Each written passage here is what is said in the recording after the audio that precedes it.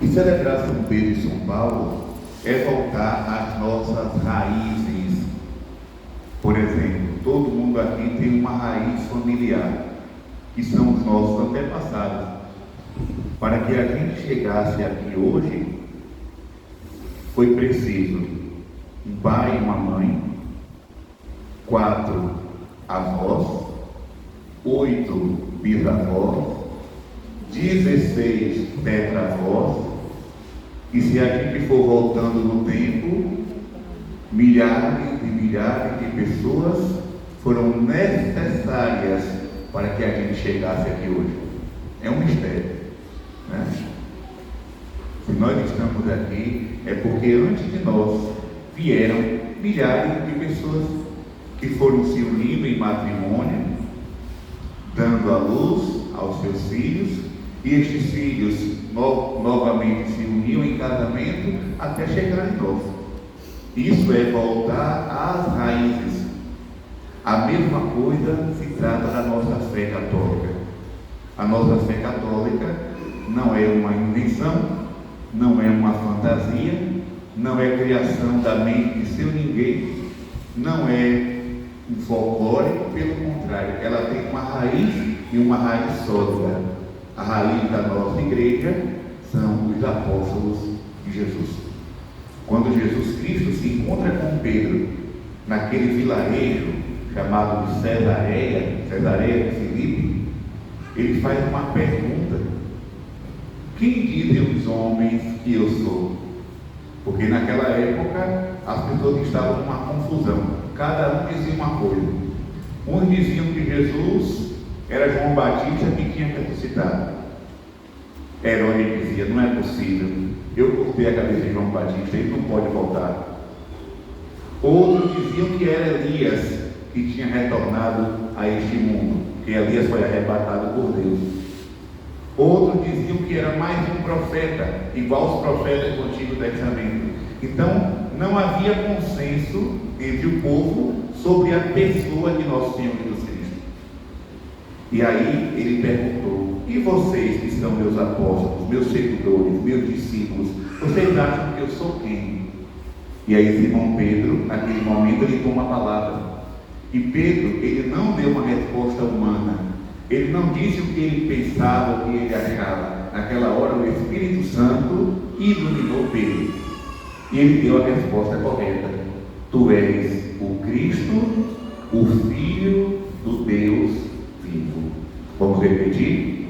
Tu és o Cristo, o Filho do Deus vivo. Quando alguém lhe perguntar quem é Jesus, não fique dando resposta fantasiosa, não. Uma vez estava num encontro de liderança da comunidade, não foi aqui, e eu fiz a pergunta: cada um agora vai dizer quem é Jesus. Quem é Jesus para você? As respostas eram as mais engraçadas. Jesus é o meu amor. Jesus é a minha luz. Jesus é a minha vida. Tudo isso é bonito, tudo isso é verdade, mas nós temos que ter um Jesus concreto. Quem é a pessoa de Jesus? Jesus é o Filho de Deus. Jesus é o Cristo de Deus. É o enviado do Pai. É como a gente reza no credo mais longo, né? O credo, nós rezamos o credo comum em toda a missa e também no texto, mas o credo de ensino constantinopolitano, que é o maior, vai dizer bem claro quem é Jesus. Jesus é Deus de Deus, luz da luz, Deus verdadeiro e Deus verdadeiro, gerado, não criado, consubstancial ao Pai. Por Ele todas as coisas foram feitas, e por nós homens, e por nossa salvação, desceu do céu e se encarnou no seio da Virgem Maria. É uma resposta longa, porém completa. Então, claro que Jesus é o meu amor, é minha vida, é minha luz, é minha salvação, é meu tudo, mas eu não posso esquecer a resposta oficial. Eu posso dar os apelidos que eu quiser. Por exemplo, a nossa mãe. Nossa mãe tem uma identidade. Por exemplo, a minha é Isabel Cristina, filha de Laurinda e José Gonzaga. Ela tem uma certidão de nascimento, um CPF, um registro, né, de identidade, um RG.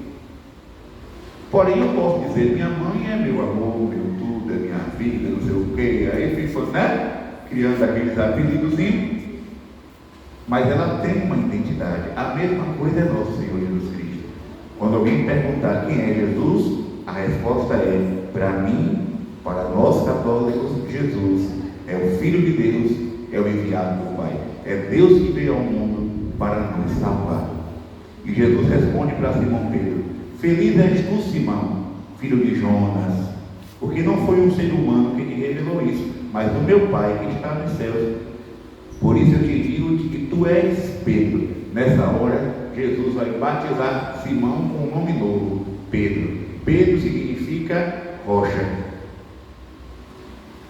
Por que Jesus vai dar um nome de rocha a Simão? Rocha, pedra. Porque, como todos nós sabemos, pedra é uma coisa firme. Pedra é segurança. Pedra é firmeza. Pedra é alicerce. Quem quiser construir uma casa e ter a certeza de que aquela casa não vai cair, faça um alicerce de pedra.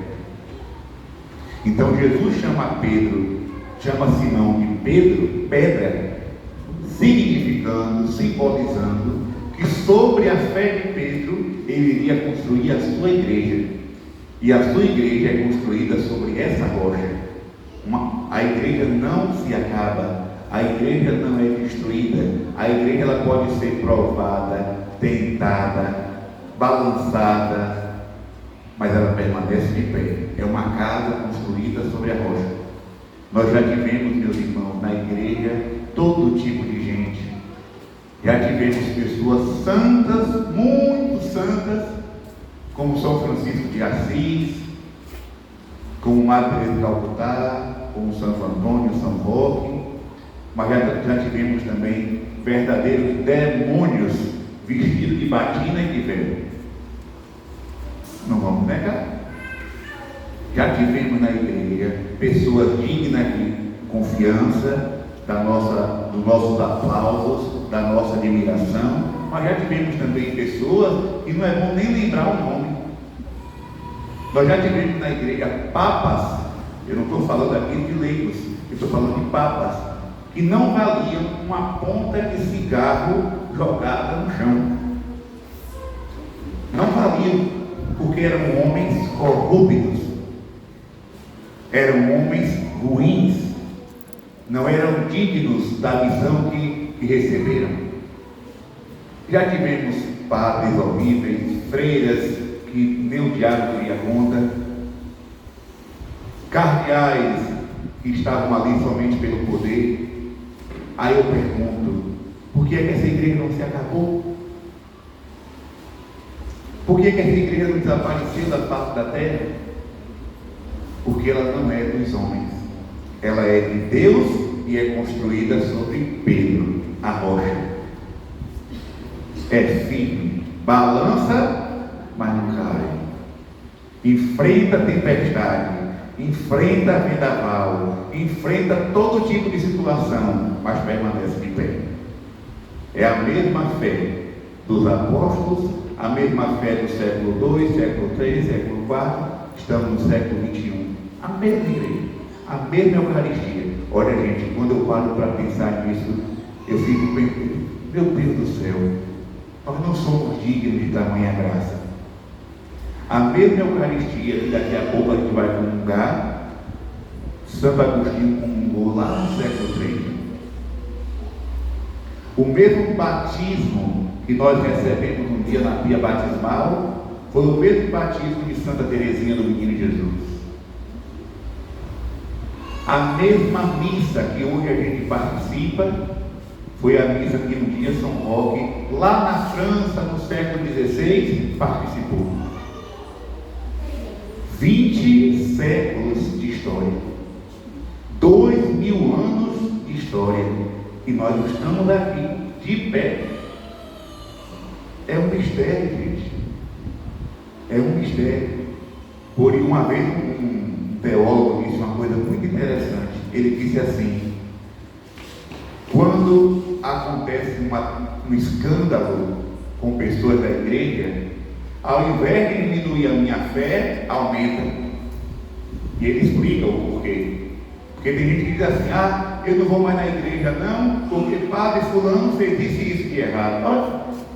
E você colocou a sua fé, a sua esperança naquele sacerdote?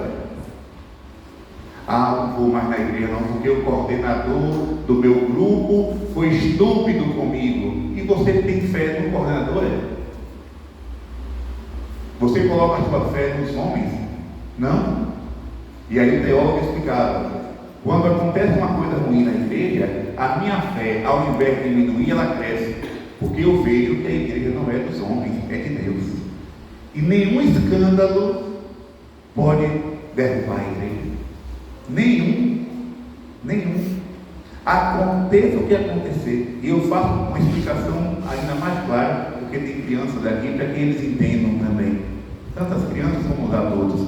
Digamos que a igreja é esse arranjo bonito aqui. Flores vivas, viçosas, cheia da graça de Deus. Mas digamos que o Padre Gabriel, Deus me livre e guarde, caiu, escorregou na casca da banana, cometeu um deslize. O que é que acontece comigo? Digamos que eu seja essa flor aqui. O que é que acontece comigo? Eu sou tirado. E uma flor que sai do pé da árvore fica viva? Não fica. Se eu deixar essa flor aqui em cima no altar, amanhã na missa das 8 horas, ela vai estar murcha, completamente sem vida. Por quê? Porque o meu pecado, o meu defeito, não mancha a igreja, mancha somente a mim. Quem fizer algo de errado dentro da igreja, não está destruindo a igreja, está se destruindo a si mesmo. Está se separando da graça de Deus. A igreja permanece bonita, bela, santa, pura, como ela sempre foi. A igreja dos santos, dos sacramentos, a igreja da fé, dos mártires, dos confessores, das virgens. Agora, quem cometer escândalo, se afasta da igreja, se afasta da graça de Deus, perde a graça, perde a comunhão. Nunca nos esqueçamos disso, meus irmãos.